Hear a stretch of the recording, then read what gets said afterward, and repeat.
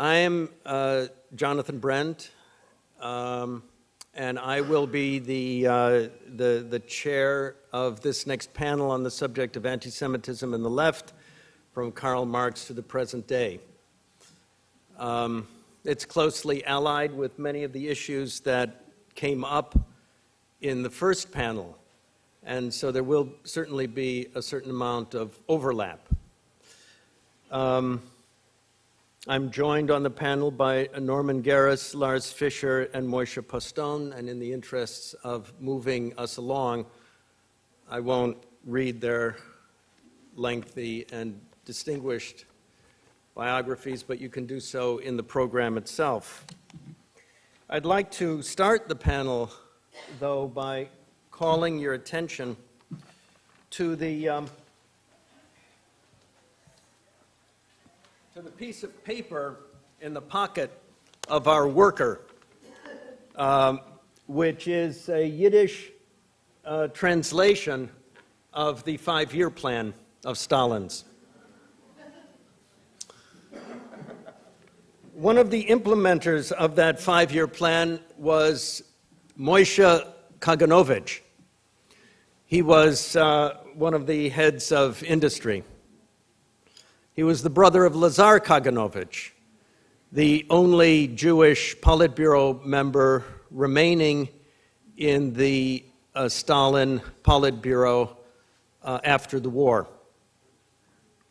Moishe Kaganovich had the misfortune of misrepresenting the industrial output in fulfillment of the 5-year plan, and he made the mistake of thinking that Comrade Stalin would not notice this. Comrade Stalin noticed it and had him shot without trial. And his brother, Lazar, didn't blink an eye. Did not blink an eye and remained a loyal, steadfast, true supporter of the Soviet state, of Comrade Stalin, to the end of his days, which were long. He lived to, I believe, over 100, and died in his bed, a revered member of the Kremlin family. So the subject of the Soviet Union and anti-Semitism, of Stalin's personal anti-Semitism, has to be part of this conversation, because the left, at least a significant portion of the left, was represented by Soviet ideology, by Soviet policies, and so forth. And after the war, as many of you know, there was a turn toward a very vicious, viral anti-Semitic campaign called the anti-cosmopolitan campaign in the Soviet Union, in the course of which the Jewish Anti-Fascist Committee was liquidated with the shooting and imprisonment of 13 important Jewish intellectuals on August 12, 1952. It led further to the concoction of the thing called the Doctor's Plot, which was a far more deadly, potentially deadly, and widespread a phenomenon in post-war Russia, that it is thought, and there is some documentary evidence to prove the validity of this, that the Jews, particularly in Leningrad and in Moscow and in other cities, were to be rounded up and sent to concentration camps, 4 of which new ones were being built in Asia at the time. So the question of the role anti-Semitism may have played in the homeland, so to speak, of left politics is a most important one. And there are, we heard this morning, for instance, that in March of 1948 there was great jubilation and there was great support from the Soviet Union for the creation of the State of Israel. And in November of 1948, after the state is declared, Golda Meir comes to Moscow on November 7th, 1948, which, as some of you may know, is the celebration of the anniversary of the October Revolution.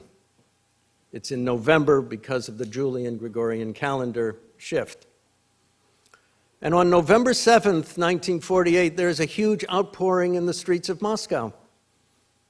Jews and non-Jews alike are filled with enthusiasm for this accomplishment. But the enthusiasm gets a little bit out of control. And at a closed meeting between Golda Meir and Vyacheslav Molotov's wife, Zhemchuzhina, who was Jewish, Zhemchuzhina is overheard to say to her, "Continue what you're doing. This is marvelous. We support you." And then she said in Yiddish, "Ich bin a Yiddische Tochter." And this got back to Stalin, just as Moshe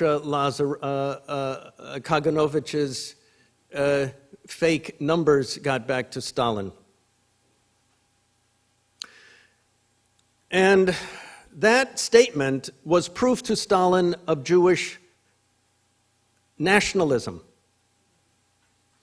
of something that the Soviet state had still not been able to eradicate, the desire for their own nation, the desire for their own land.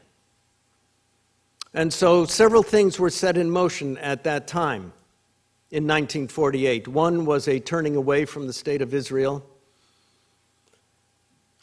and two was the slow process of developing strategies within the Soviet government and within Soviet society for the enclosure of Jewish nationalism, ultimately the eradication of it.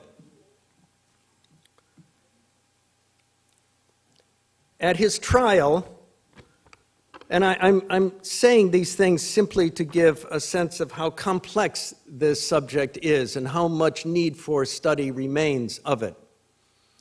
But at his trial, Yitzhak Pfeffer, the poet, who accompanied Solomon Mechoils on the 1943 trip to the United States to raise money and support for the Soviet war effort, is brought to court. And Yitzhak Pfeffer, when asked whether he engaged in anti-Soviet activities, said a great deal about that subject. But this is one thing he said of particular interest. "It seemed to me that only Stalin could correct the historical injustice committed by the Roman kings. It seemed to me that only the Soviet government could correct this injustice by giving back the Jews their nationhood. I am the son of a poor schoolteacher. Soviet power made a human being out of me, and a fairly well-known poet as well." These are words that need to be pondered deeply, it seems to me, because the question of Jewish alliance with left-wing ideology is not only a political and an economic calculation. There was more to it. There was a moral, psychological, deeply emotional calculus as well, which these words reflect and require more study.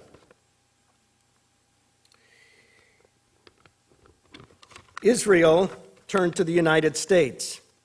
The Soviet Union turned against Israel. It was said this morning that the enthusiasm of the Soviet state for the creation of the State of Israel was based on a recognition of the need for precisely that which Yitzhak Pfeffer dreamt of. And yet, contemporary research is suggesting something much more in keeping with Soviet realpolitik, which was that by supporting the creation of the Jewish state, as one researcher said to me, Stalin would put a stake in the eye of the British Empire because it would create endless problems with the Arabs and damage British reputation in the world. And of course, he was quite right about that. And so the calculation to support Israel may have come from a understanding of Jewish suffering after the war, but it is more likely that it came out of precisely the same kinds of calculations that the Soviet Union exercised when it supported the Spanish Republic in the Spanish Civil War. As Comrade Dimitrov said at an executive committee meeting 1 week after the outbreak of hostilities began in Spain, comrades, this is not the time to undermine the Republic. This is time for us to act in the guise of supporting the Republic. And he goes on in his speech to say, only when we have solidified that foothold will we then be able to claim an outpost in Western Europe. And so these matters that we're talking about have all of these different dimensions, and I'm sure that we're going to get into them with the rest of the panel. And now I would like to introduce Norman Geras. Thank you.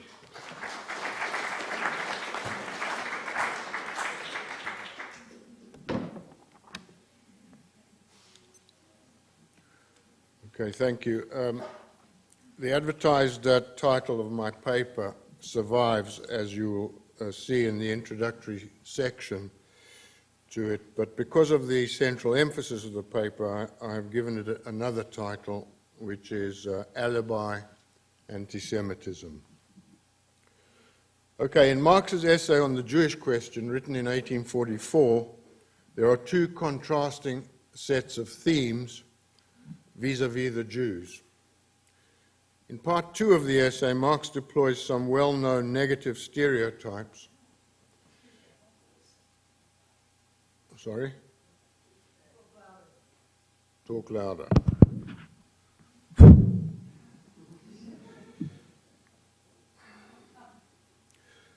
He deploys some well-known negative stereotypes in which the mundane basis of Judaism is said to be self-interest, egoism, or as Marx also calls it, an anti-social element.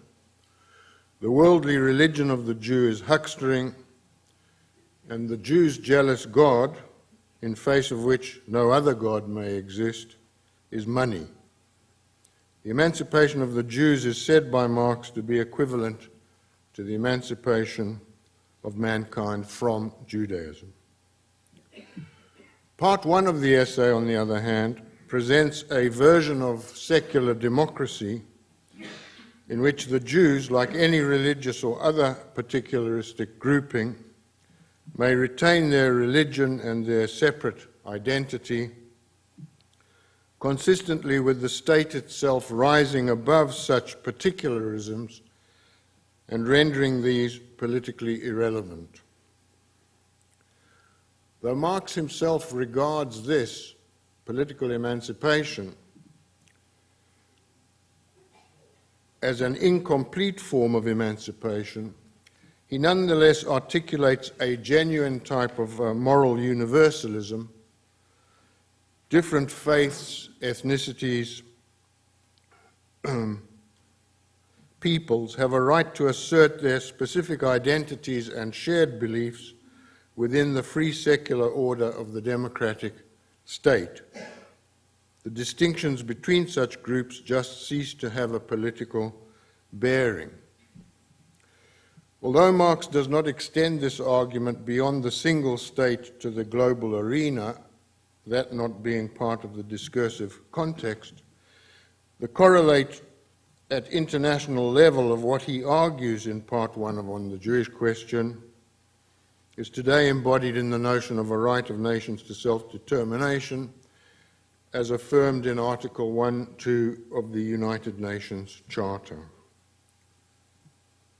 Okay, now these contrasting themes of Marx's essay may be taken as emblematic of the state of affairs obtaining today between Jews and the left. It is not difficult to understand the long affinity there has been between them.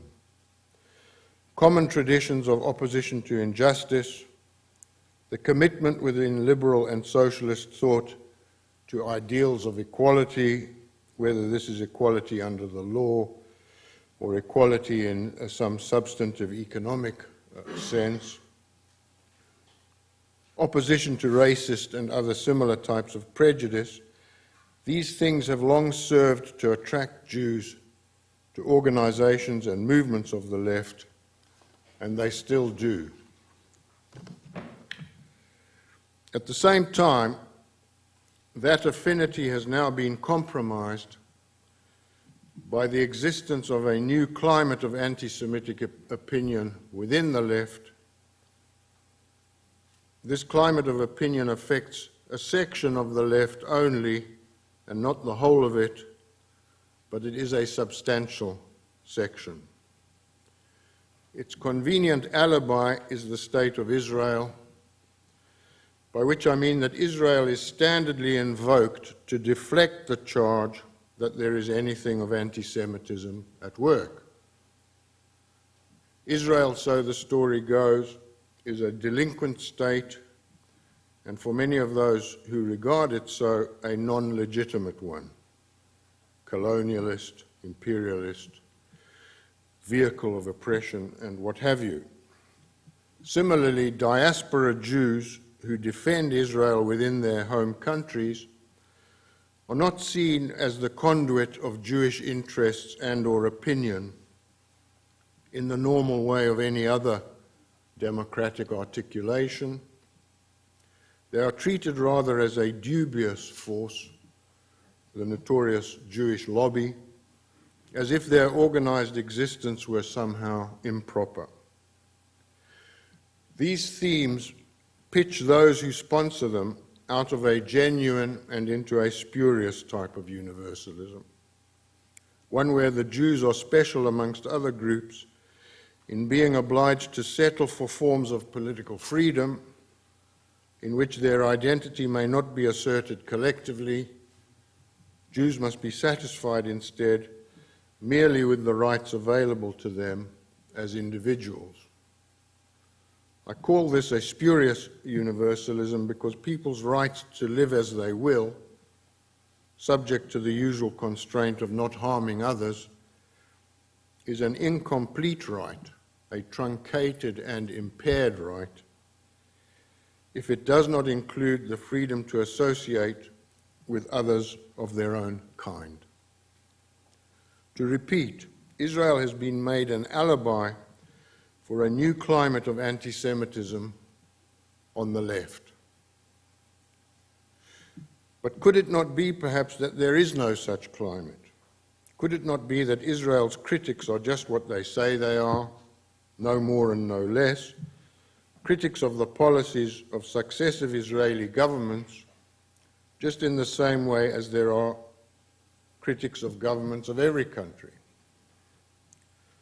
Well, it could be. There has been enough to criticize, goodness knows, from the long occupation of the West Bank and Gaza to the policy of permitting Jewish settlements on Palestinian land. It not only could be, it even in many cases is, since there are both critics and criticisms of Israel which are not anti-Semitic, such as the two criticisms I just made. Yet, if it both could be and is, it also in many cases is not. Much of the animus directed at Israel today is of a plainly anti-Semitic character. It relies, just as Marx did in Part 2 of On the Jewish Question, on anti-Jewish stereotypes, and this can be shown with near mathematical precision. I endeavour to show it in the rest of what I have to say. A first form of the Israel alibi for contemporary anti-Semitism is the impulse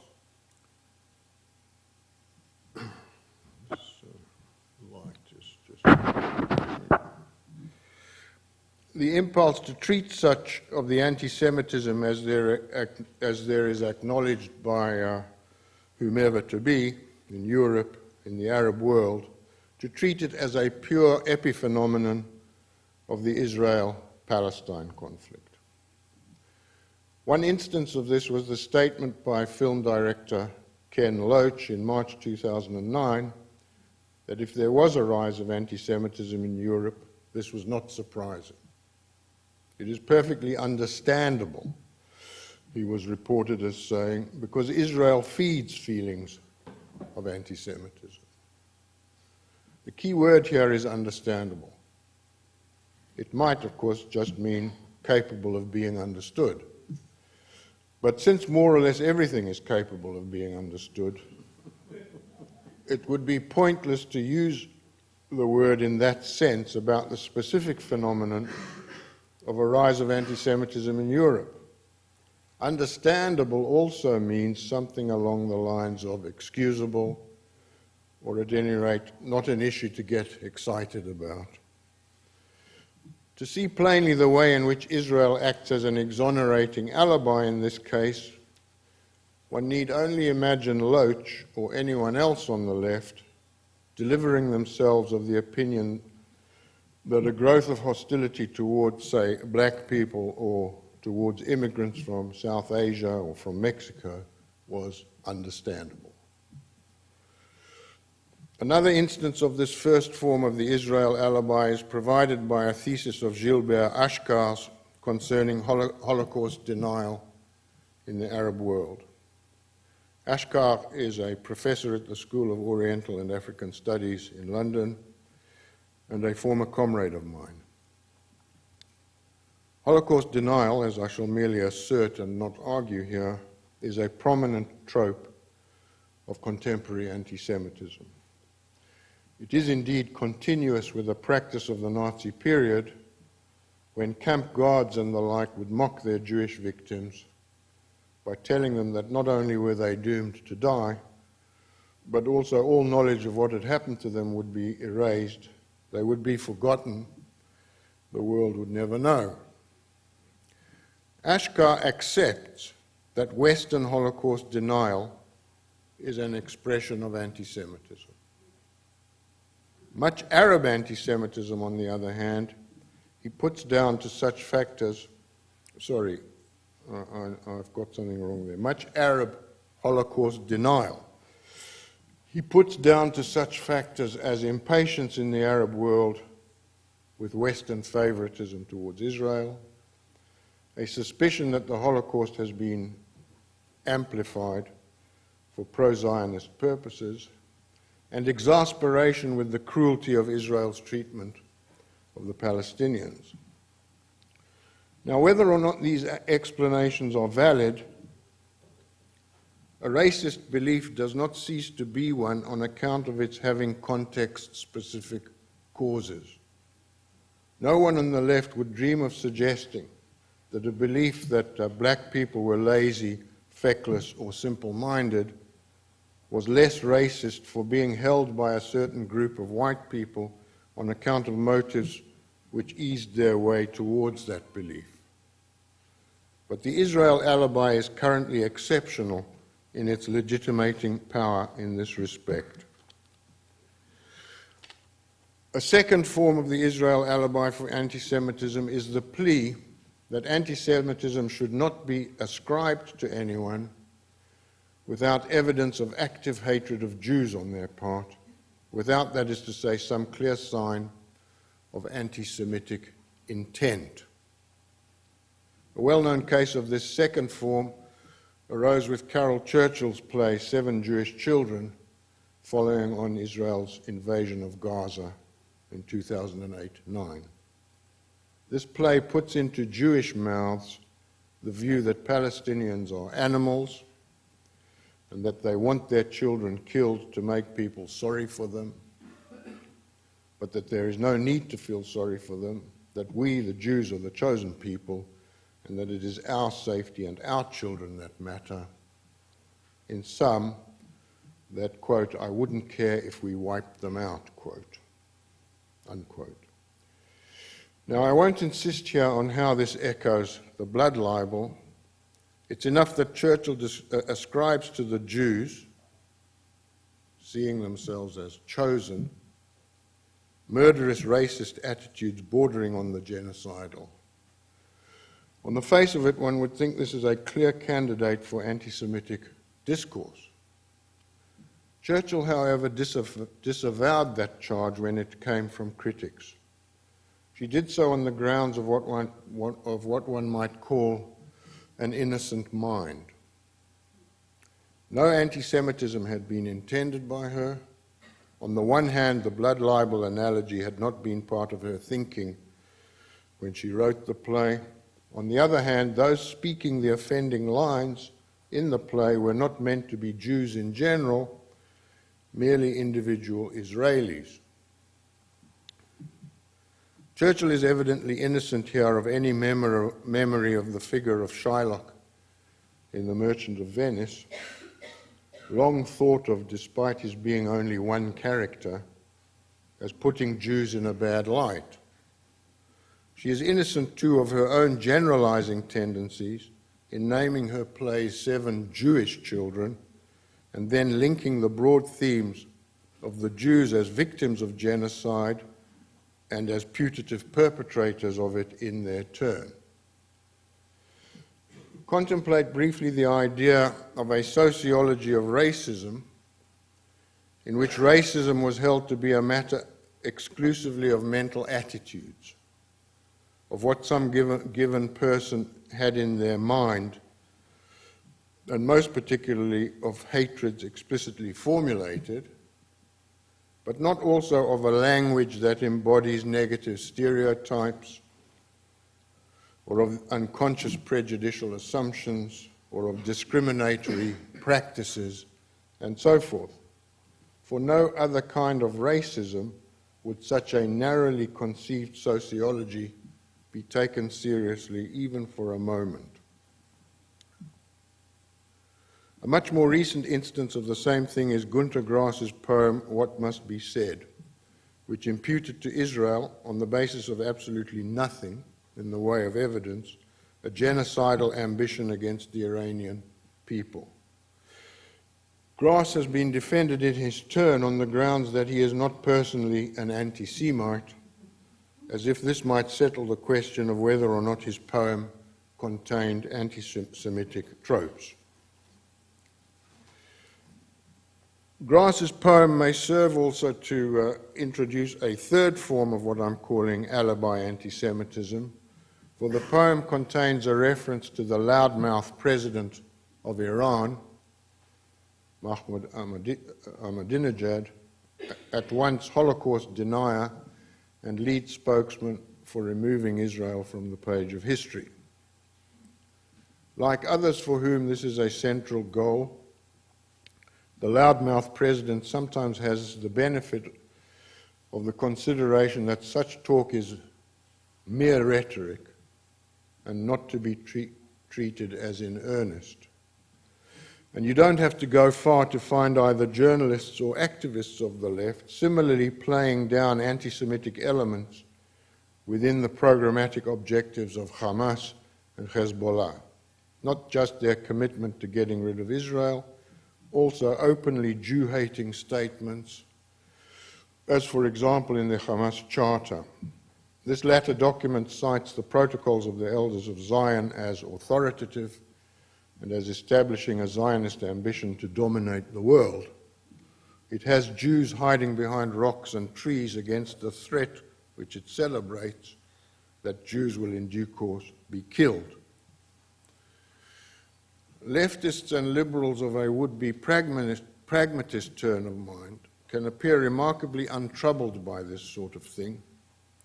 Either the offending contents of the Hamas Charter are consigned by them to a receding past, or they are said not to represent the thinking of a moderate section of Hamas, willing to contemplate a long-term, though not unlimited, truce with Israel.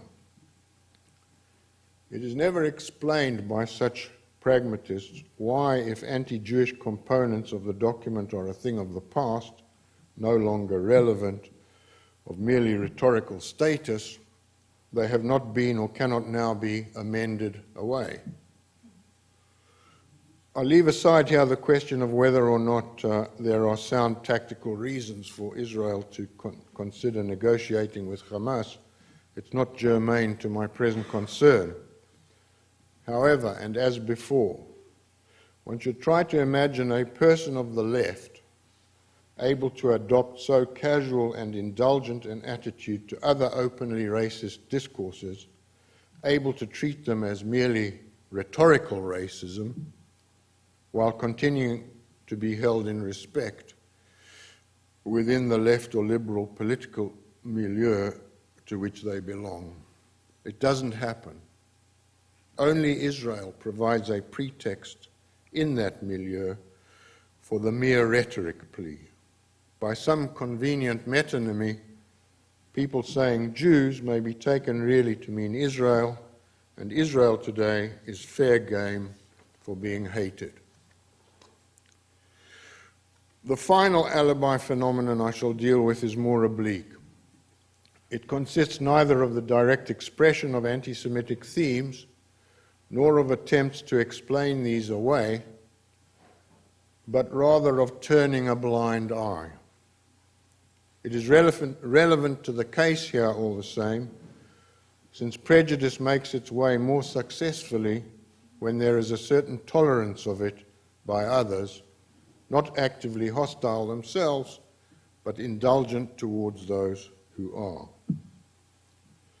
I will take as my example of this the Guardian newspaper today in Britain. This once great paper of British liberalism now provides space on its opinion pages for the spokesman of Hamas, the contents of its programmatic charter notwithstanding. It provides space on its letters page for philosophers justifying the murder of Jews, and it provides space on its website for people who deploy well-known anti-Semitic themes, even while professing that they have nothing whatsoever against Jews.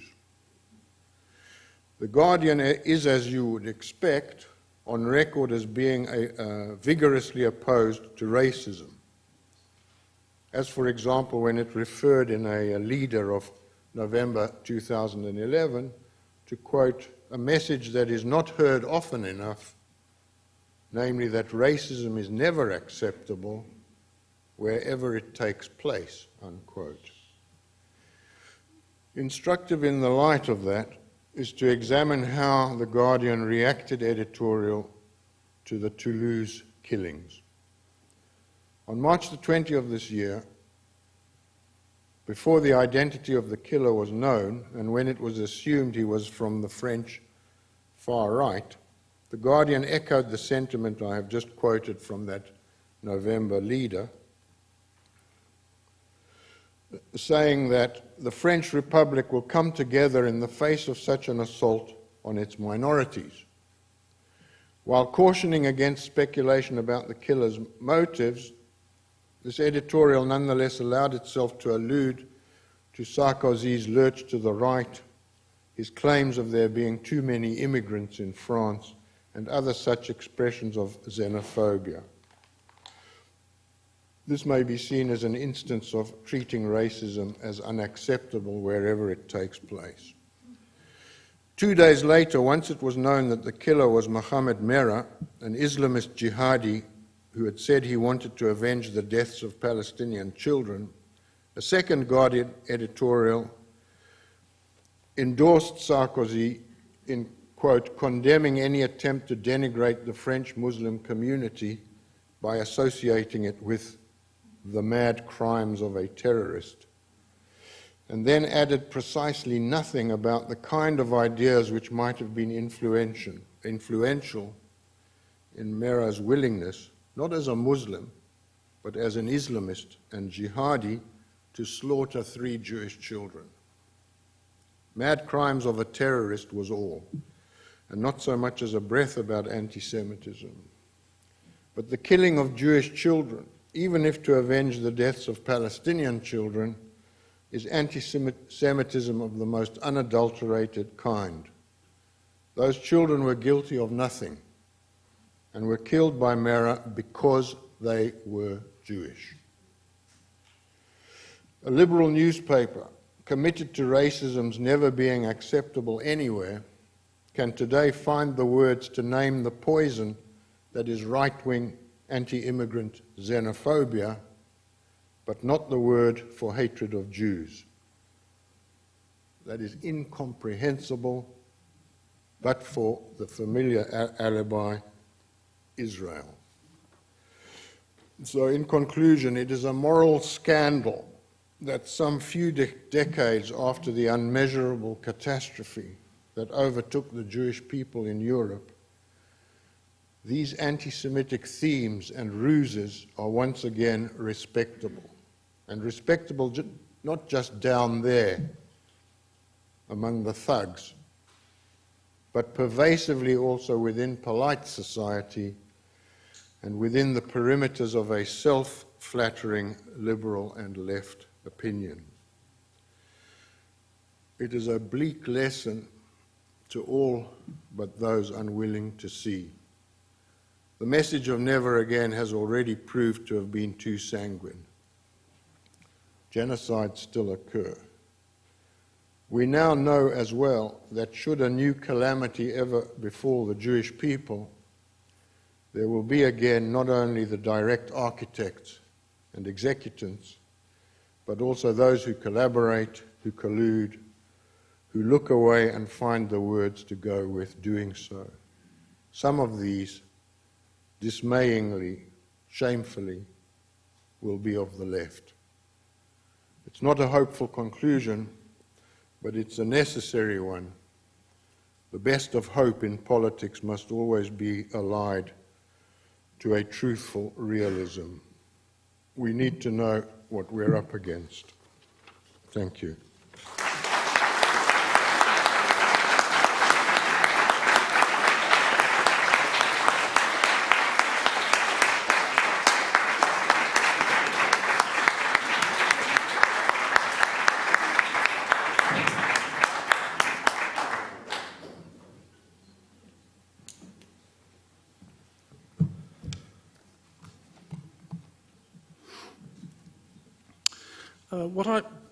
Am I close enough?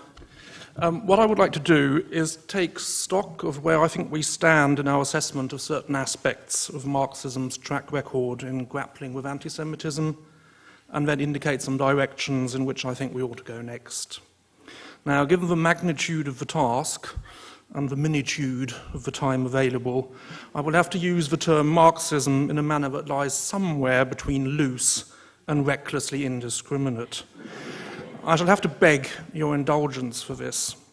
My own research has focused principally on the Second and a little bit on the Third International, but as I'm sure you will realize, even these span an enormous spectrum of movements, ideas, and praxes. So let me begin with a word about my motivation. If I engage in the rather uncharitable and often unpalatable business of tickling out the problematic attitudes concerning Jews and anti-Semitism held by people who otherwise have much to commend them, I do so not in order to denounce or dismiss them and their cause, or because I take undue pleasure in dwelling on the shortcomings of others. I come to this as somebody who still thinks of himself as a Marxist, though, like most Marxists these days, my own particular brand of Marxism is one that nobody but I myself is likely to acknowledge as such. Even so, fundamentally, I'm engaged in a good old-fashioned Fehlerdiskussion, a discussion of errors, an attempt to exercise self-criticism. I want us to get right in future what we got wrong in the past. As a general rule, I think that the chaps and chapesses I look at had peculiar ideas about Jews not because they were Marxists, but because they were bad Marxists, or not Marxist enough, not because, but despite their Marxism. My overarching question in this context is really this. Why did numerous Marxists with a proven track record of recognizing other fetishes as fetishes fail to recognize that anti-Semitism was one too? Why did their myth-busting abilities, frequently displayed to good effect elsewhere, falter in the face of anti-Semitism? In short, I'm more interested in the tragedy rather than the scandal that lies in the ineptitude that Marxists have more often than not displayed in their responses to anti-Semitism. To be very clear about this, by the standards that many of us would apply today, the number of Europeans prior to 1914 who were not anti-Semites is depressingly small indeed. My point is not that Marxists were somehow exceptional in subscribing to peculiar ideas about Jews, but rather that they would have had good reason to be exceptional more precisely by not doing so, and yet did not see or take this opportunity. That said, it probably goes without saying that the foibles of a bad Marxist irritate me infinitely more than the shortcomings of any non-Marxist. What perhaps startled me the most when undertaking my research was the extent to which German social democrats referred to and indeed criticized anti-Semites without being in the least bit concerned with the anti-Semites' attitudes towards Jews. This may sound like a contradiction in terms. Surely it is precisely their attitudes towards Jews that makes the anti-Semites anti-Semites in the first place. How can, and indeed why would one criticize them if one had no intention of taking issue with their attitudes towards Jews? Yet this seems odd only from our perspective. The period from the 1870s roughly until 1945 was the age of self-avowed anti-Semitism. Self-avowed anti-Semites have become rather rare beasts in our time. We generally suspect or accuse people of anti-Semitism, but they rarely identify themselves as such. In the late 19th and for much of the first half of the 20th century, the label anti-Semitic was before all else used to denote a range of organizations and the individuals within them who readily professed their anti-Semitism and were proud of it, but were nevertheless not just single-issue enterprises. An anti-Semite, therefore, was not so much somebody who said nasty things about or did nasty things to Jews, but somebody who belonged to the anti-Semitic camp. Something was anti-Semitic, not because it necessarily reflected or expressed a negative attitude towards Jews, but because it was done or said by an anti-Semite. So anti-Semitic lies, to give you an example, are not, as we might suspect, lies about Jews. They're lies told by anti-Semites about any possible topic. The Social Democrats did indeed oppose organized political and especially party political anti-Semitism, sometimes with considerable vigor. Yet all too often, this opposition took issue with a whole range of concerns, just not with the anti-Semites' attitudes towards Jews. A close second in terms of startling insights during my research goes to the widespread rejection by socialists and others of so-called philo-Semitism. The pioneers of the anti-Semitic movement in the 1870s promptly denounced their opponents as philo-Semites. This was a smart and highly successful move, as a result of which the entire subsequent discourse on the matter took place on the anti-Semites' terms.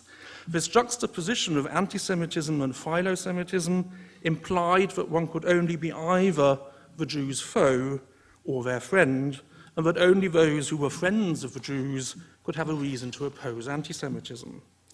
That one might not care much about the Jews one way or the other and still find anti-Semitism problematic is an option nobody seems to have given any serious consideration. Philo-Semitism then was a dirty word, and it increasingly came to be seen as the counter-problem to the problem of anti-Semitism, suggesting that one had to oppose one as much as the other. Now, as such, this is anything but a new discovery. In 1953, Edmund Silberner put out an article, Jack, of course, you know well, you've discussed it in your own book, in which he describes the attempt by Abraham Cahan at the Congress of the Second International in Brussels in 1891 to get them to pass a resolution against anti-Semitism. Now, poor Cahan thought this was the most obvious thing in the world, but when he got there, it turned out that everyone else thought it was the least obvious thing in the world. The leaders of the Austrian and German party tried to persuade him to withdraw his motion. He refused, and in the end, the Congress actually passed a resolution expressing its equal enmity against both philo-Semitism and anti-Semitism. Now, that's all well known, but I think we'd got rather too used to the idea that this sharp rejection of philo-Semitism was really a predilection of the more temperamental Francophone comrades, and that in the German party, which was after all the model party in the Second International, this sort of nonsense really was believed by no one, or at least by no one except one man, the notorious Franz Mehring, and that quite rightly he'd been criticized for saying this sort of thing in the party. Yet on closer inspection, it transpires that this is wishful thinking. Indeed, my book started out as a case study on Mehring. I'd read somewhere in Funkenstein that it can be very useful to take the extreme case as your point of departure, so that's what I did, assuming in keeping with prevalent assumptions that he was an extreme case, and by the time I was finished, my Mehring had become a very typical representative member of his peer group. Now, what much of the scholarship to date, including my own, has in common is that it focuses predominantly on those instances in which anti-Semitism, so-called philo-Semitism, or the Jews are explicitly the object of conversation. We've certainly moved beyond what I call infelicitous phrase hunting, right? You've got to think of a slash behind the in, so you're hunting both felicitous and infelicitous phrases. Right, in other words, the attempt somehow to divide the world up neatly into anti-Semites and non-anti-Semites based on a handful of utterances by these people that may be particularly nasty or particularly nice, and that then supposedly tells us what we're dealing with. Historians working in the field of Jewish and non-Jewish relations have become much more aware of the conflicted nature of many people's attitudes towards Jews, and the extent to which mutually contradictory attitudes and ideas about Jews often existed within one and the same head. There is, to put it bluntly, no guarantee that someone whose ideas about the Jews are not exclusively negative will not harm Jews, and conversely, to take a particularly dramatic example, it is probably fair to say that the majority of people in Europe who helped Jews during the Shoah were, by our standards, anti-Semites. These advances notwithstanding, I think there's plenty more that could and needs to be done. I'm thinking here especially in two directions. Firstly, there is the question of how relevant attitudes towards Jews and anti-Semitism tie in with deep-seated Marxist political and organizational assumptions and conventions. And secondly, there are these other Jewish questions from the title, to which I will finally come in a moment.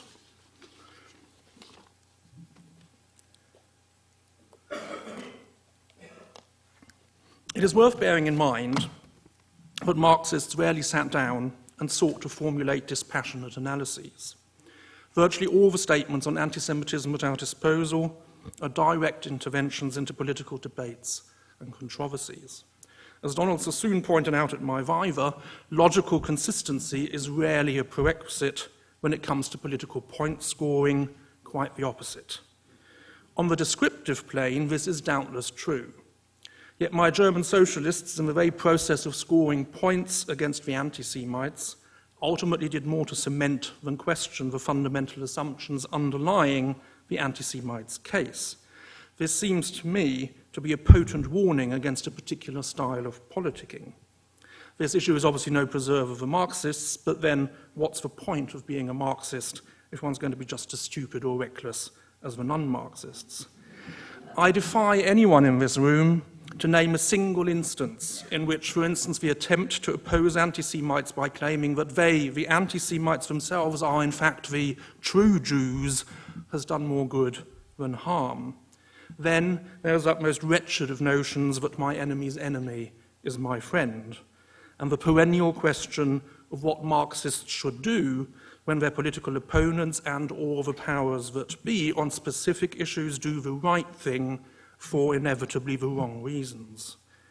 It is not least these two factors, I would suggest, that help explain the amount of emotive energy invested in the critique of philo-Semitism. I would further contend that Marxism has tended towards an often deeply inhumane sense of triumphalism for instance in its dealings with its own political prisoners and victims of political repression. I do not doubt for a moment that many Marxists have felt and probably were motivated by a deep sense of what we might call the structural suffering of the oppressed classes by the capitalist order. But this was ultimately concerned for the class in itself. In the realm of the class for itself, actual suffering rather than heroic endurance, and the fact that repression can damage its victims, sometimes irrevocably, has generally tended to be a taboo. I say this not just as a historian. Looking back at my own political activism not so long ago, I'm aghast at the persistence of these attitudes. I would suggest that these are deep-seated patterns hardly suited to sensitize Marxists to the very real effects of verbal rather than physical violence, especially when its victims do not have the right class profile, and that they help explain not least the triumphalist account of the National Socialist camp system, including the death camps, from which the Jews, at least Kfar Jews, have more or less disappeared, simply because they will not conform conceptually to anything that is viable within the established Marxist mindset. Similarly, we might look at the way in which Marxists have dealt with the issue of exile. I've done a little bit of work on this in the Imperial German context. Here, the triumphalist, and we might say ultra-cosmopolitanist account of exile was repeatedly undercut by a profound sense of alienation between those who were in Germany and those who were in exile. This sense of alienation, I would argue, has quite fundamental things to say about notions prevalent within the party as to what constituted true belonging and what the consequences were of being torn from the one place where one genuinely belonged. These are issues that map in complex ways onto prevalent juxtapositions of Jew and non-Jew and vice versa. Insofar as the political practical and the conceptual intersect when it comes to exile, this already places us squarely in other Jewish questions territory. This is a term coined by J. Geller, and Jay is kind enough to suggest that I helped deliver this particular baby, though we discovered at a colloquium in Cambridge last summer that our understanding of this term partly differs. Jay's other Jewish question refers to the way in which those identified, whether by themselves or others as Jewish, negotiate what is generally called the Jewish question. I take a slightly different approach here in that I refer to the so-called Jewish question as the non-Jewish question. It seems clear to me that what's usually referred to as the Jewish question is a non-Jewish question. It's not the Jews who have the problems, it's the non-Jews, although, of course, the non-Jews are quite good at then making it the Jews' problem.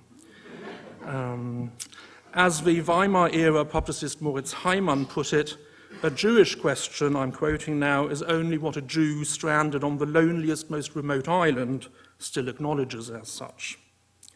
My own emphasis in focusing on the other Jewish question is mainly on all those instances in which attitudes towards the Jews are implicitly expressed and woven into the deep structure of prevalent ideas and sets of ideas more generally. And my emphasis should have been of implicitly expressed and woven into a deep structure of prevalent ideas. As I've suggested on a number of occasions, one question that merits close examination in this context is the extent to which Marxists may or may not have subscribed to the conceptual juxtaposition given its classic formulation by Ferdinand Tönnies as the contrast between community. Excuse me, could you slow down just a little bit? This is very important. Okay.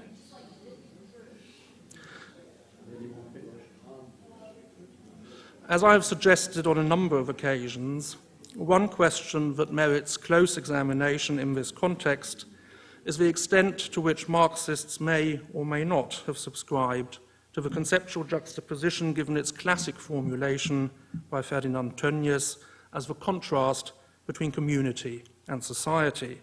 Community being the sphere of authenticity and belonging, where my sort feels warm and fuzzy, society being the sphere of artifice, abstraction, and alienation.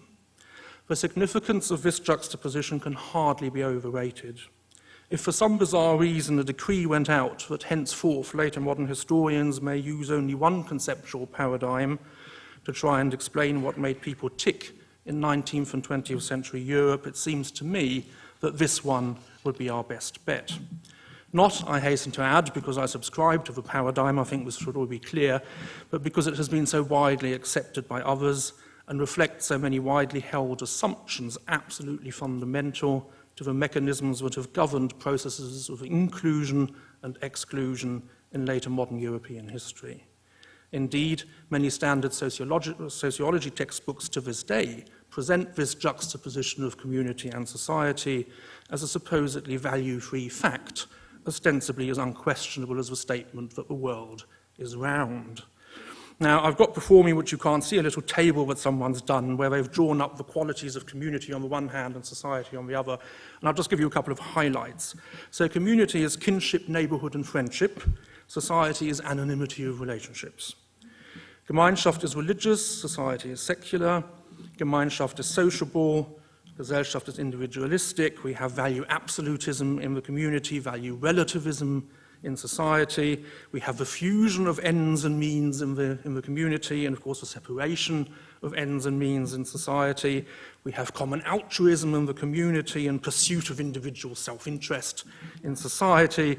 We have sentiment, mind and heart and conscience in the community, and we have interest, calculation and consciousness in society. Now, Tönnies was quite adamant that this was not a value judgment. He made it quite clear in one instance that to suggest that this was a normative utterance was as absurd as saying that a biologist who describes a blooming flower and a decaying one would somehow be suggesting that the blooming one was preferable to the decaying one. Now, clearly, where someone stands on the community-society paradigm seems rather likely to have an impact on their approach to matters supposedly Jewish and or vice versa. It is notable that Marx himself came closest to subscribing to the community-society paradigm at the same time as his interest in the Jews is at its height, and that his investment in both issues subsequently declines in a parallel process. Now, I strongly suspect that the community-society paradigm resonated strongly with many Marxists who, in this respect, as in various others, found the pre-Marxist Marx much more amenable than the Marxist one. Let me end with a caveat. What the focus on other Jewish questions has in common with the focus on the non-Jewish question is that in both cases we need to figure out what people and that people are actually making references to anti-Semitism and the Jews in the first place, be they explicit or implicit. The study of other Jewish questions obviously helps sensitize us to the range of possible implicit references. Yet all this still leaves us with the challenge of identifying and interpreting what quite literally went without saying. And this is often the larger part of what we would like to know. After all, it is precisely those things that are generally accepted and universally practiced that tend not to require comment or exposition, and our analysis will inevitably remain skewed unless we find some way of tapping into that which went without saying. Thank you very much.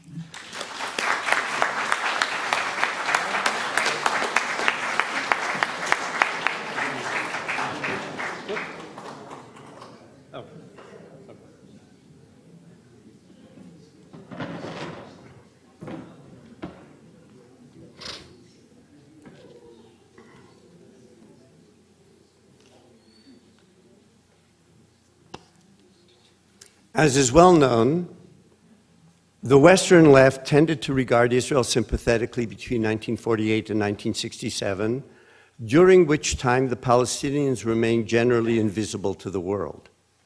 Since the War of 1967, Israel has become viewed increasingly negatively, whereas the Palestinians have come to represent anti-hegemonic resistance.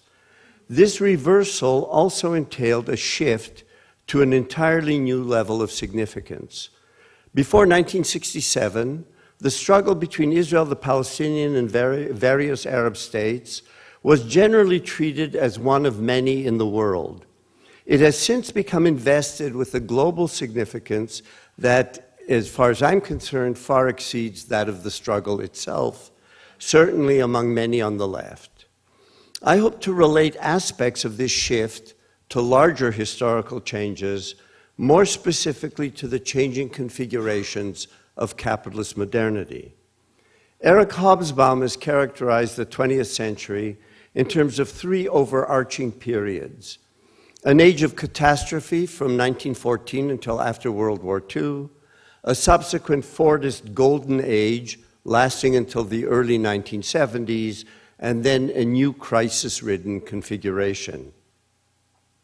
These general periods can be understood with reference to the rise and decline of the state-centered organization of social and economic life from the First World War until the crisis of the 1970s, and the subsequent emergence of a neoliberal global order. What is important about this general trajectory is that it's global, encompassing Western capitalist and communist countries, as well as colonized lands and decolonized countries. The general character of this large-scale historical pattern suggests the existence of an overarching structure of imperatives and constraints that is historically dynamic and that cannot be explained in local and contingent terms. It appears as a force beyond individual control. The most powerful account of this overarching dynamic structure, I suggest, is that based on a critical theory of capital. Within the framework of such a theory, the fundamental social forms that structure capitalist modernity are characterized by a dualistic opposition between concrete particularity and abstract universality. By suggesting that both terms are immanent to capitalism, this approach seeks to problematize a shift in recent decades from the predominance of critiques based on abstract universalism associated, for example, with classical working-class movements, to those focused on concrete particularity expressed, for example, by liberation struggles that can be deemed anti-colonial in the broadest sense. This shift can also be seen in the changing responses by many on the left to the Holocaust and to Israel. I suggest it also illuminates the limits of the left in terms of its most fundamental self-understanding as a practical and theoretical critique of the capitalist order. Now, what mediates these various moments is the issue of modern anti-Semitism, for which the opposition of abstract universality and concrete particularity is constitutive. Modern anti-Semitism is frequently misunderstood as a form of racism. Whereas most forms of racism attribute concrete physical and sexual power to another that is considered inferior, however, modern anti-Semitism does not treat the Jews as inferior, but as powerful purveyors of evil. Moreover, the power attributed to the Jews is never concrete and physical, but abstract, intangible, and global. The Jews within this framework constitute an immensely powerful, invisible, international conspiracy that seeks to control the world. I've argued elsewhere that modern anti-Semitism reifies the abstract, dynamic, global domination of capital, which subjects people to the compulsion of abstract historical forces they cannot grasp directly, as the domination of international Jewry. It provides a framework for understanding the complex and historically dynamic world of modern capitalism in concretistic terms, and seeks to overcome processes of ongoing change that seem to be beyond the control of people. Within this Manichaean worldview, the struggle against the Jews is a struggle for human emancipation. Because anti-Semitism is distinguished by its populist, anti-hegemonic, and anti-global character, it can appear to be emancipatory. It blurs the differences between reactionary and progressive social critiques of capitalist modernity. Anti-Semitism fuses the deeply reactionary with the apparently emancipatory in an explosive amalgam. I'm suggesting then that modern anti-Semitism and the historical dynamic of capital are related. Moreover, the prevalence of anti-Semitism as an explanatory worldview varies with changes in the historical configuration of capital. At the same time, responses to Israel and to the Holocaust in general and on the left have also tended to shift historically from a position informed by abstract universalism to one marked by a focus on qualitative specificity. Let me elaborate. During the first post-war period, Israel was generally regarded positively by the left as a modernist, even socialist project, an evaluation that went hand in hand with the post-war hegemony of abstractly universalist ideals. The other side of this universalist coin was that for several decades after 1945, the Holocaust was marginalized to a remarkable degree. There were many factors involved in this marginalization, including processes of denial and repression, as well as the Cold War, which quickly submerged the recent past. Yet such factors do not sufficiently account for the circumstance that after 1945, the attempted extermination of Jews as Jews was largely ignored. In Eastern Europe and the Soviet Union, the official ideology regarding Nazism regarded Nazism simply as a tool of capitalism directed against the working classes and communism. Anti-Semitism was viewed as a secondary problem.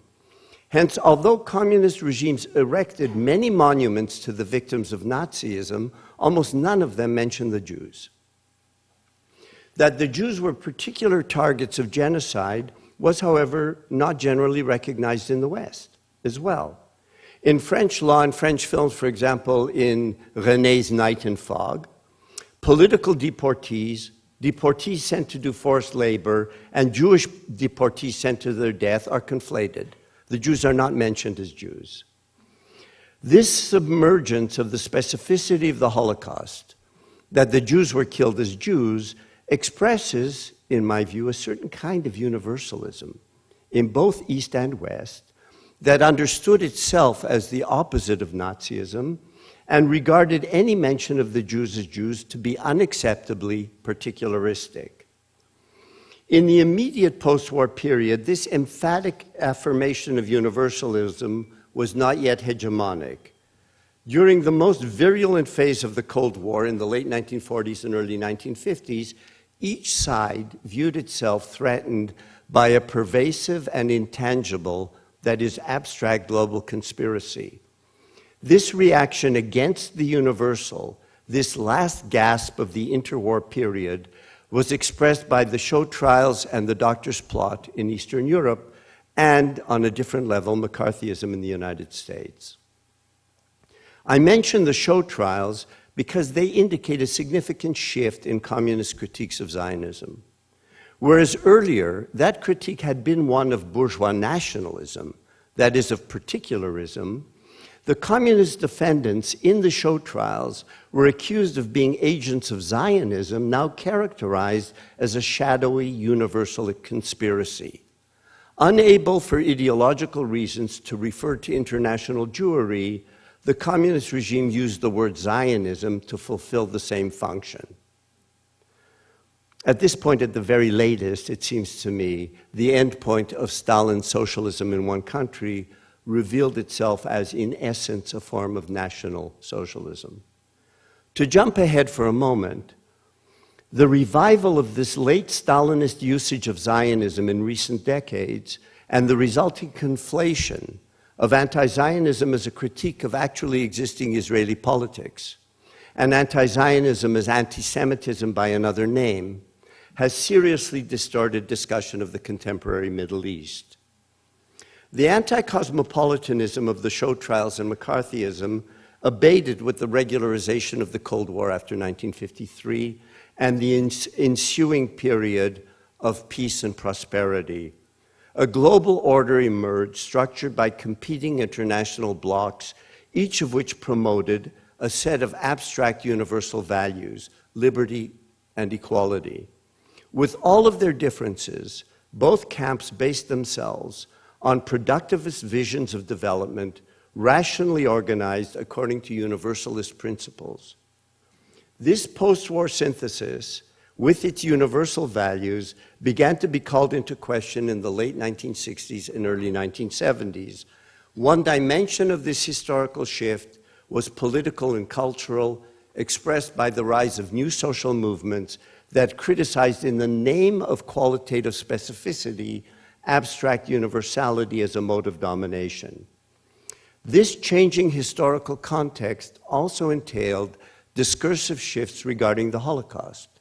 Works appeared that began to address the specificity of the Holocaust.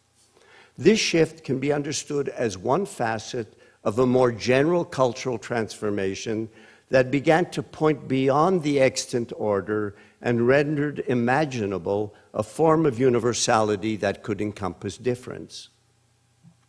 At the same time, however, the logic of the existing order tended to reproduce the opposition of abstract universalism and particularism. This tension was expressed by newer discourses on the Holocaust, as well as in a range of movements of racial minorities, women, students, gays, some of which sought a new form of universalism, others chose the side of particularism. The latter tendency became dominant. I suggest it expresses a conceptual failure historically. The break effected by the new social movements of the 1960s and 1970s was related, I would argue, to a historical transformation of the overarching organization of social and economic life. The post-war Fordist order and its statist actually existing socialist equivalent ran up against their historical limits and were fundamentally called into question. Utopian hopes were nourished, yet the road to change was very unclear. Students and youth were reacting less against exploitation than against bureaucratization and alienation. Classical workers' movements seemed unable to address such issues and were deeply implicated in precisely such forms of rationalization. New left politics expressed disillusionment with Soviet communism, especially after the invasion of Prague, and dissatisfaction with social democracy. This newer situation suggested that the critique of capitalism had to be rethought. It no longer could be based on a critique of the market from the standpoint of the state. Yet few oppositional movements tried to rethink capitalism and get beyond the opposition of abstract generality and concrete particularity. Instead, many took a turn to the conceptually familiar and focused on direct expressions of domination, such as concretistic forms of imperialism or concrete domination in the communist East. Both foci occluded the nature of capital's domination, just as it was becoming less state-centric and in that sense even more abstract as neoliberal global capitalism. Grasping abstract forms of domination in concrete terms went hand in hand with the conception of oppositional politics that was itself concrete and frequently particularistic.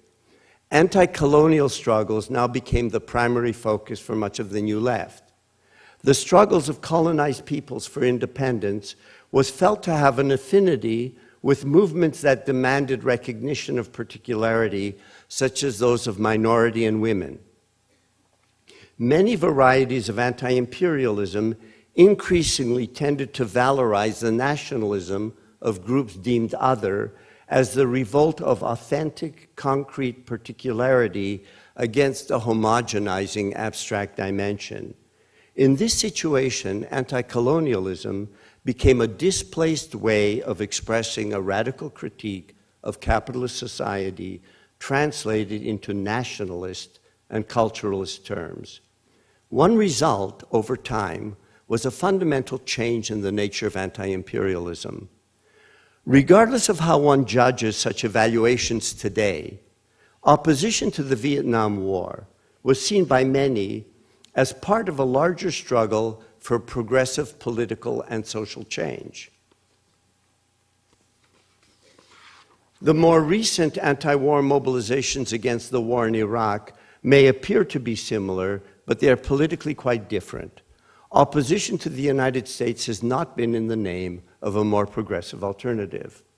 If a generation ago opposition to American policy entailed supporting struggles for liberation considered progressive, today opposition to American policy in and of itself is all too frequently deemed anti-hegemonic. This is in part, and this is not intended as a defense of American policy. This is in part an unfortunate legacy of the dualistic worldview associated with the Cold War and its category of camps. This spatial, essentially dualistic worldview helped eradicate from memory the experience of an earlier epoch which showed that opposition to an imperial power is not necessarily progressive. There were fascist anti-imperialisms as well.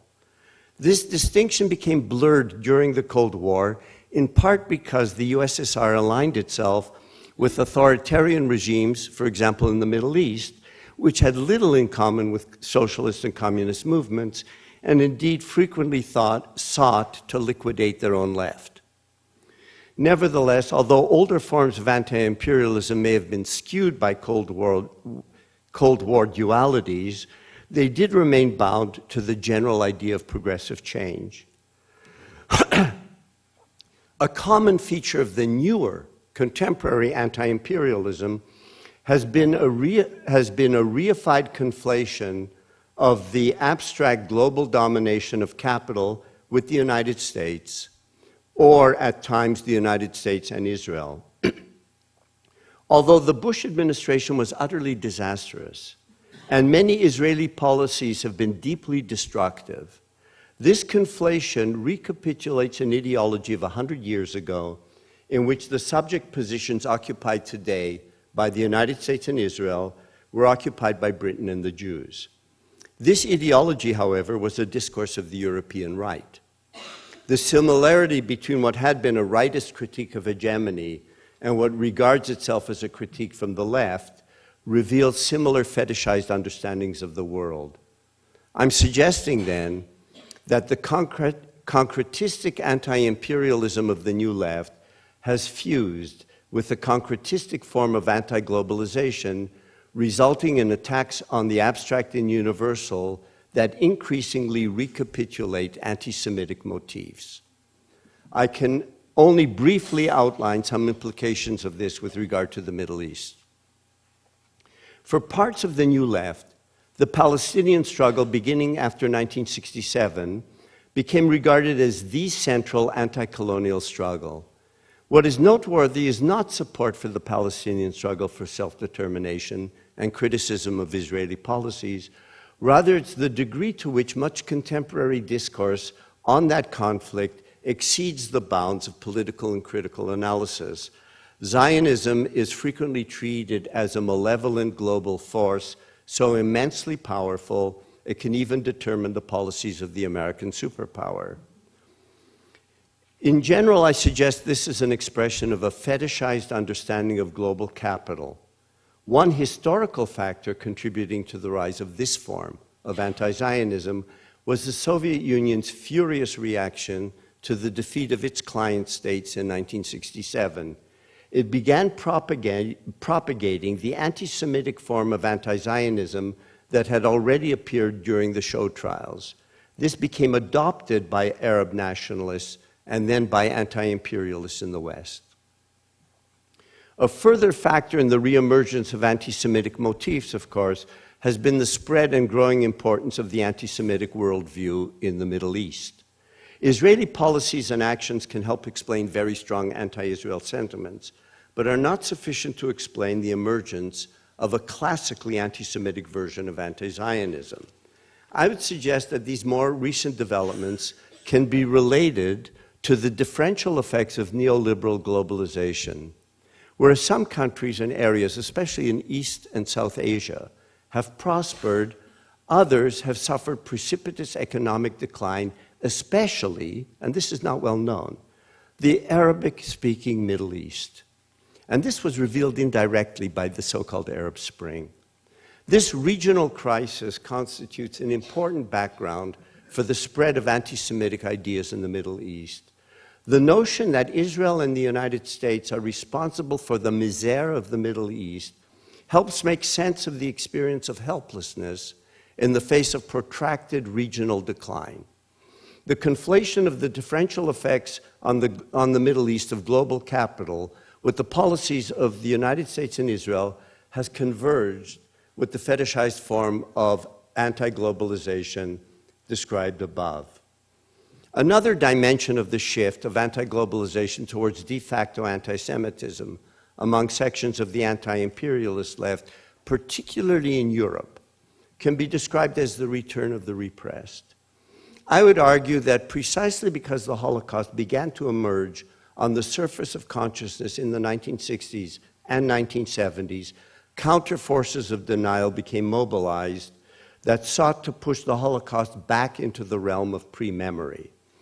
This attempted resubmergence is different from the marginalization of the Holocaust after the war, since it involves denial of what already emerged. The result was a form of acting out involving a number of reversals. Much of the New Left tend to identify with historical victims who were seen as other. At the same time, there was a tendency, especially after the '67 war, to return to the notion of the Jews as perpetrators. And anti-Semitism is based on the notion of Jews as perpetrators. The displacement and reversals involved, whereby an identity is posited between Israeli Jews and the Nazis, and the Palestinians become the true Jews, victims of genocide, helps explain why the conflict between Israel and the Palestinians has been so cathected by the European left. The Holocaust not only is a stain on European history that cannot simply be washed away and hence must be denied, it also disrupts some left understandings of history and politics. In this situation, reductionist left understandings of history and the mechanisms of European historical denial reinforce one another. This is particularly the case with the self-styled anti-imperialist left in Europe, which seeks to locate the possibility of anti-capitalism in non-Western nationalist movements. Shorn of any notion of progressive transformation, the defense of such nationalism reveals itself as lacking an adequate conception of capitalism. Emancipation no longer is conceived as the constitution of a new form of social life, but as the elimination of the source of global evil, Zionism, and maybe the United States. Given such conceptual helplessness, it becomes easy for movements that operate within the hollowed-out after-forms of Cold War thought to succumb to forms of reification that have long characterized reactionary anti-capitalism. I'm suggesting then that on one level, the absence of an adequate critical theory of capitalist modernity has opened the door to fetishized concretistic forms of anti-capitalism and populism, many of which are essentially anti-Semitic. The problematic of the left, anti-Semitism and Zionism then, is not a particularistic problematic. Rather, it helps illuminate, and in turn is illuminated by, the structuring opposition of abstract universalism and particularism in ways that also help distinguish more adequate critiques of capitalist modernity from those that, from the standpoint of human emancipation, are at best questionable, however many people they may mobilize. Thank you.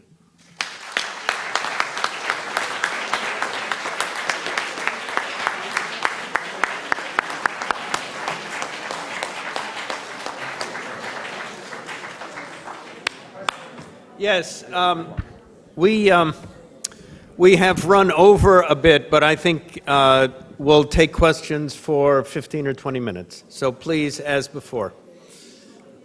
Those who wish to ask questions, please come to the side. So, Suzanne?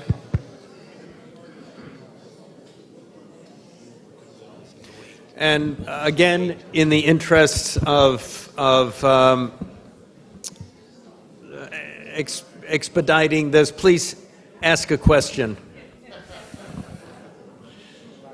Should I begin? Sure. Okay. I think I agree with most of what you said. I think.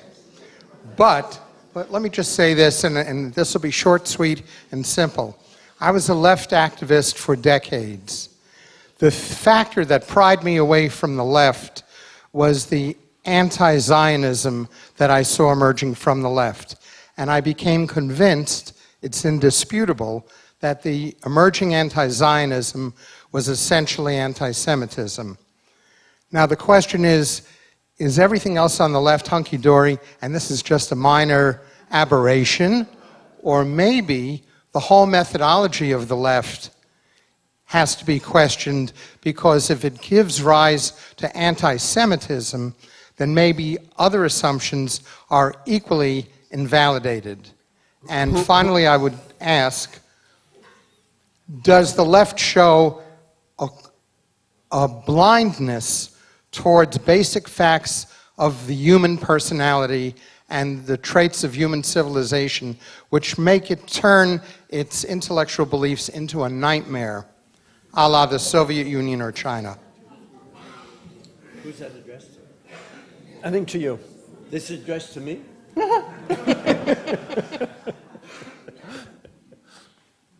I don't want to repeat my talk again.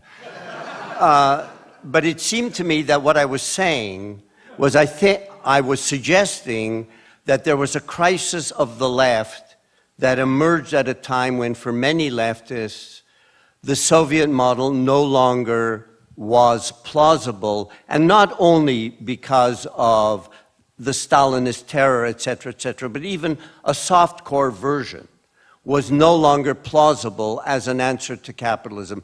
And I think there's a great deal of conceptual helplessness that occurred as a result, including a certain kind of anti-imperialism that involved then an identification of self with the nationalism of others. So I think that there is a great deal, I think that there is a conceptual helplessness which is only further reinforced by a degree of helplessness that people feel in the face of ongoing economic crises, ongoing growing social differentiation between rich and poor, et cetera, that the issue of what could be emancipation seems to have been removed from the table. But I think that, at least speaking for myself personally, I think that the attempt to, at least conceptually, try and leave open that possibility remains an important task on the one hand. On the other hand, this is a very minor note. I don't believe in essential human natures. No. Yeah, okay. If I could just address myself to a couple of aspects of that question. If there's anti-Semitism on the left, you asked, is that all that's wrong with the left? No. Of course not. There are a lot of things wrong on the left. Some of them are related to the anti-Semitism that's there, and some of them aren't. On the other hand, the fact that there is anti-Semitism on the left does not mean that the left as a whole is anti-Semitic. That's not right. Part of the left has become, or it flirts with, or openly embraces, but there are many people on the left, non-Jewish people on the left, who are perfectly not anti-Semitic and courageously oppose it. And so one shouldn't slip into a way of talking which implies that the left as a whole is anti-Semitic. Otherwise, a lot of the people here who seem to be on the left wouldn't still be there. Yeah, I mean, apart from that, obviously, there's also a large number of anti-Semites who are not on the left. So I don't think we've got that one to ourselves. But the point I was trying to make, of course, is that one of the reasons why we need to move away just from the surface phenomena of what do people say explicitly about Jews, and try to see how what they say about Jews is connected to how they see the rest of the world, is for that very reason. Right? Now, my sense is that Marxists basically get it wrong because they don't distance themselves enough from things that are deeply anchored in society as a whole. Right? I have yet to see an example where I would say here was someone who came from a better place and started having peculiar ideas after he became a lefty. Right? My assumption, and this is what I've argued in my book, is that in a sense, what's so shocking is that even people who on so many other levels set themselves apart so strongly from society still succumb to this particular fetish. Now that tells us much more about the strength of that fetish in society than necessarily about an essential connection between the left and anti-Semitism. Yes, my question is specifically addressed to Lars Fischer and Moishe Postone, and it's about how they would perceive the rise of the so-called anti-Deutsch current on the German left over the last 20 years, which ironically seems to have had deep roots in German Maoism in the 70s, but now is often extremely pro-Israel and pro-US, and which is certainly an admirer in large part of Professor Postone's work.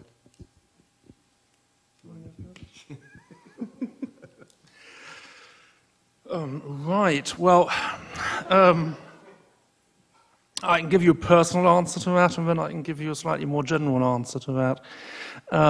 If I still have sympathies with any part of the political spectrum in the German-speaking world, then it is with the Anti-Deutschen, and that is indeed where I come from.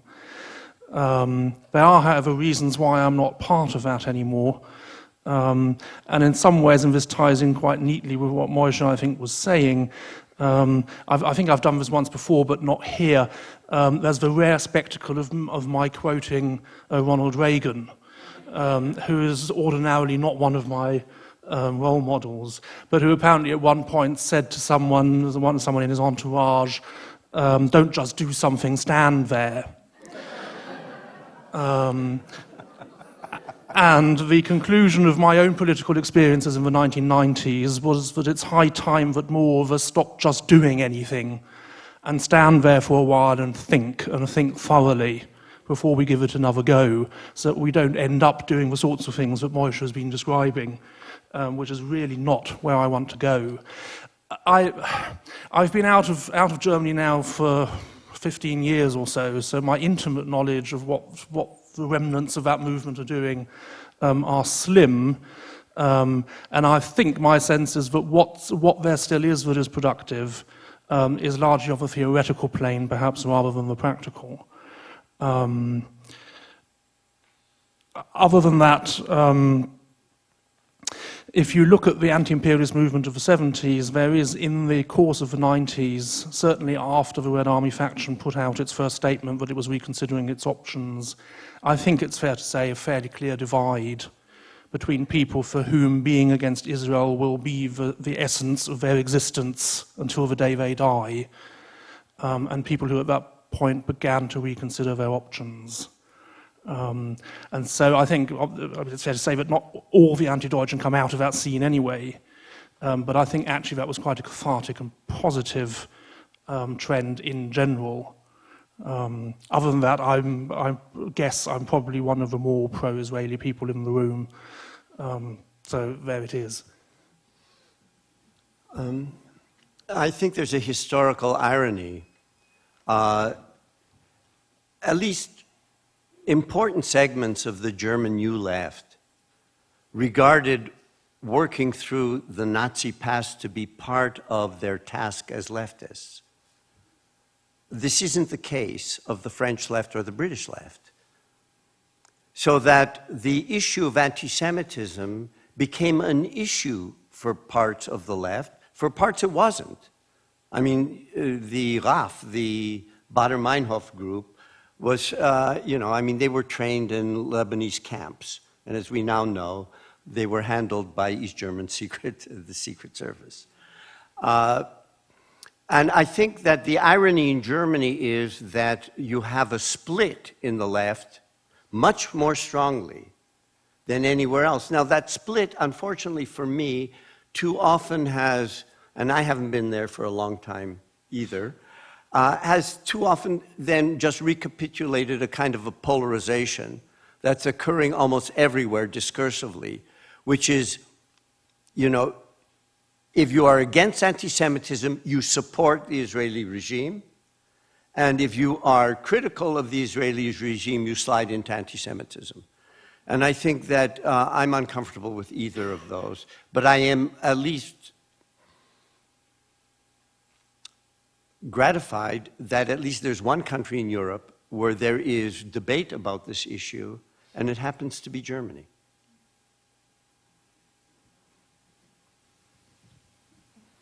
I'm a big Norm Blog fan. I was just wondering if you'd like to quantize just which part of the left you consider to be anti-Semitic or anti-Zionist. Give us a fraction. And Dr. Fischer, would you speak briefly about just what the politics of the anti-Semitic parties were besides not liking Jews? I didn't get any of that, sorry. Could someone repeat the question? I'm sorry, it was a math question. Math question. Was just, you said that part of the left is anti-Semitic, so I was asking how big? And the second question was just what was the politics of the anti-Semitic parties besides not liking Jews? Yeah, sure. So the first question is how big, how influential is the anti-Semitic section of the left? And the answer to that is I don't know. I don't know. I mean, if you're in the United States, as I am now for a few days, the atmosphere here is just totally different. I don't think people here have much conception of what it's like to be a Jewish leftist in Britain today.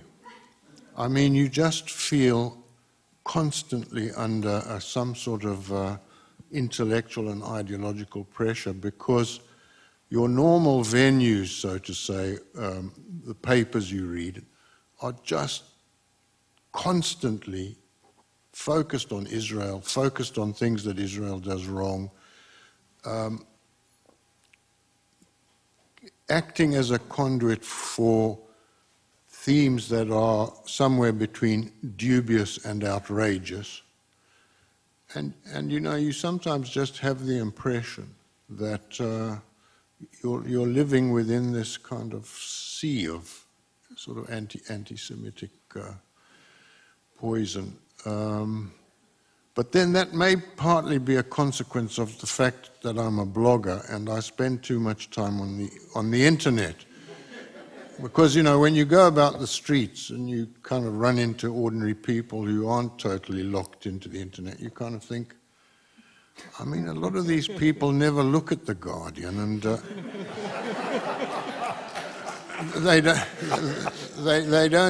they don't give a thought about Israel and the Palestinians. So the answer is I don't know. Probably I exaggerate the extent of left anti-Semitism, but there's a lot more of it than people in North America are aware of, unless they spend a lot of time on the internet. I'm sorry, I didn't hear the second question. Went to me. All right. Okay. Well, the anti-Semitic parties, they are certain fairly classic. They're into promoting small businesses. They're into keeping women out of the workplace alongside Jews, obviously. They're for agricultural tariffs. They're for armaments policies and so on and so forth. I mean, by and large, it's just a conservative profile. And they speak on all these issues. And I mean, you know, if you compare it, it's a bit like us referring to Tories or Labour, or I guess in your case, Republicans and Democrats. If you call someone a Democrat, you've got a vague idea of where that puts them on the map, and yet what in particular it is that you like or dislike about that person. It could be any number of issues. And strangely enough, that's what's happening when people look at anti-Semites, apart from the more comical things like anti-Semitic lies or my all-time favourite, anti-Semitic adultery. Now, obviously, anti-Semitic adultery is when an anti-Semitic party leader commits adultery. Now, to us, that just seems absolutely absurd, but that was considered, and indeed one of the biggest coups that the socialists ever had or took part in, was that they managed to get an anti-Semitic party leader to resign because they helped out him as an adulterer. That was considered anti-Semitism. As a proud member of YIVO for 20 years, I want to make you a compliment. It's a beautiful brochure. But what I feel, it is still outbreak of the Cold War. Look at this, it's the Red Army, and who is the black represented?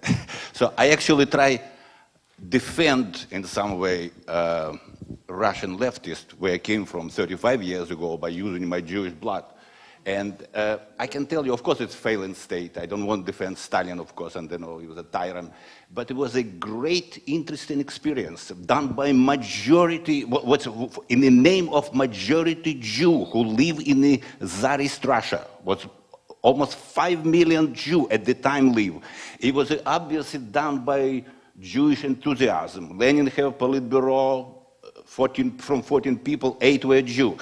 So it was experience. Nobody tried enrich themselves. It was an idea, as I believe, and Marx also did. He wanted to find out truth. He wanted to find out, as you all of this know. But my point is, you cannot just blame now because it fell, some experiment fell. You know, you cannot blame just left.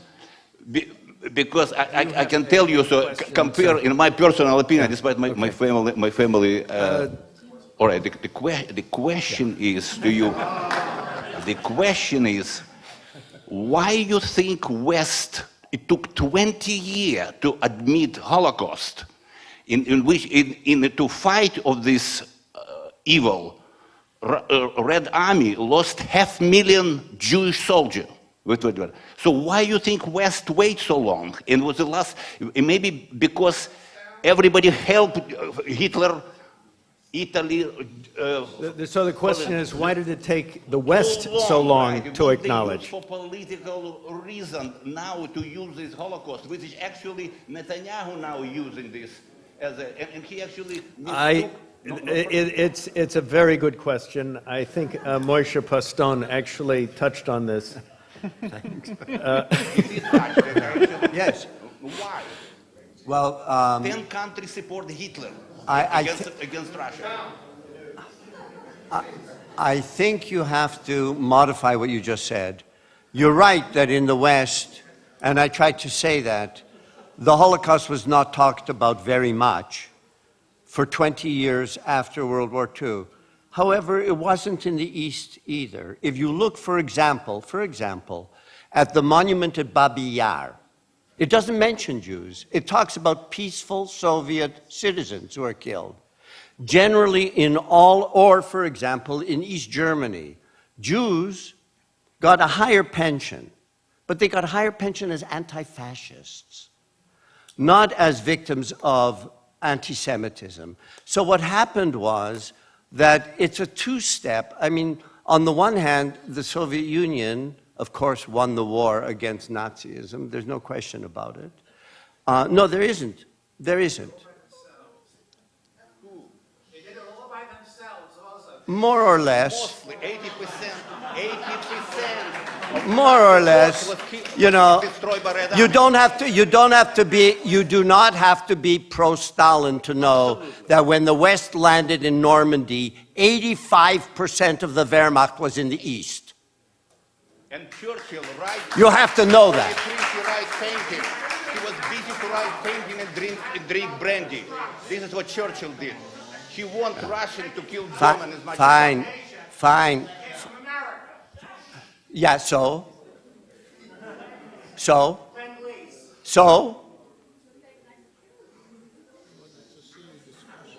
I think we've lost the question. Yeah. Hi, Aliza Ben-Shitrit. Thank you, Moishe Postone, for illuminating some things I haven't really thought of, and I'd really like to understand more about the left and why I find myself very much in between. So one thing that I find interesting, I'll try to keep it quick, but I want to raise a couple of personal points, that this conference is titled Jews and the Left and not Jews in the Left. A lot of people in my generation, I would find, Jews, are very much identify themselves as leftists, and they don't really resonate with such experiences as far as anti-Semitism goes. Even though, we could identify some motifs and such in the movements. The second thing is that as a Mizrahi Jew, I've experienced more racism within the Jewish community than outside of the Jewish community. And so that's a really interesting experience to have. And so I often find myself that when I'm engaging with leftists, and especially people who come from Middle Eastern countries, third world countries, that I do identify with their struggles more, and I'm able to cross over and the superficial, anti-Semitic discourse.